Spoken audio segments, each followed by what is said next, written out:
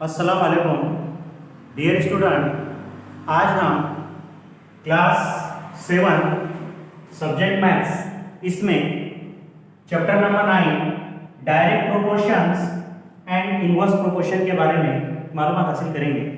सबसे पहले हम देखेंगे कि डायरेक्ट प्रोपोर्शन क्या होता है, जिसको उर्दू में कहते हैं मुस्तकीम तगय्युर। डायरेक्ट प्रोपोर्शन का मतलब जो होता है वो यहाँ पर हम कुछ एग्जाम्पल के जरिए यहाँ पर समझेंगे।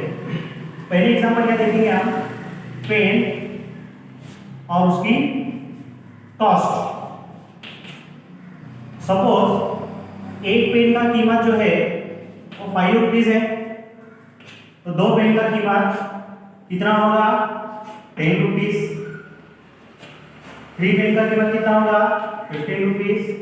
4 पेन का कीमत कितना होगा 20 रुपीज और 5 पेन का कीमत जो होगा वो 25 रुपीज। मतलब क्या हुआ, यहाँ पर 1 पेन का जो कॉस्ट है वो 5 रुपीज है, यहाँ पेन 2 है तो कॉस्ट उसकी कितनी है 10 है। मतलब ये होता है कि जैसे जैसे पेन की क्वांटिटी बढ़ती जा रही है उसकी कॉस्ट भी बढ़ती जा रही है। यहाँ पर देखिए 3 पेन का कॉस्ट जो है वो 15 रुपीज है, 4 पेन का कॉस्ट जो है वो 20 रुपीज है और 5 पेन का कॉस्ट जो है वो 25 रुपीज है।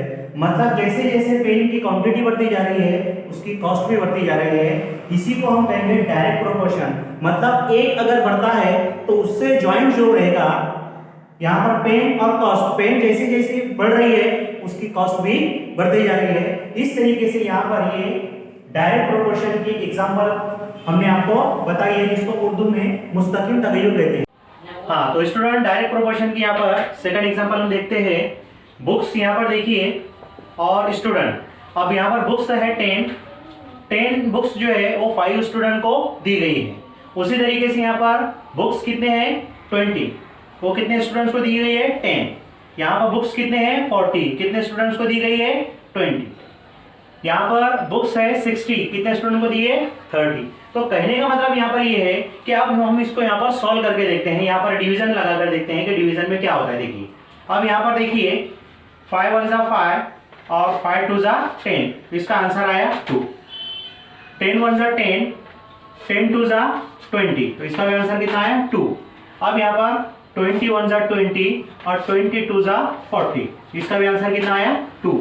यहाँ पर देखिए अब 31 जा 30 और 32 जा 60, इसका भी आंसर 2 आया।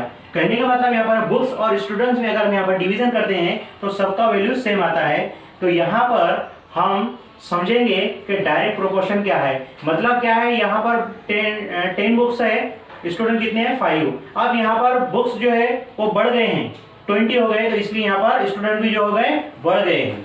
यहाँ पर देखिए 40 बुक्स है तो स्टूडेंट भी यहाँ पर कितने हो गए 20 हो गए। यहाँ पर 60 बुक्स है तो स्टूडेंट भी कितने हैं 30 है। कहने का मतलब यहाँ पर ये है कि जैसे जैसे बुक्स की क्वांटिटी बढ़ती जा रही है वैसे वैसे स्टूडेंट की तादाद भी, क्वांटिटी भी बढ़ती जा रही है। कहने का मतलब यहाँ पर ये है कि बुक्स बढ़ रहे हैं तो स्टूडेंट भी बढ़ रहे हैं और उनका वैल्यू जो है डिवीजन करने का, उनका वैल्यू जो है, उनका प्रोपोर्शन जो है वो सेम आता है। अल्लाह हाफिज।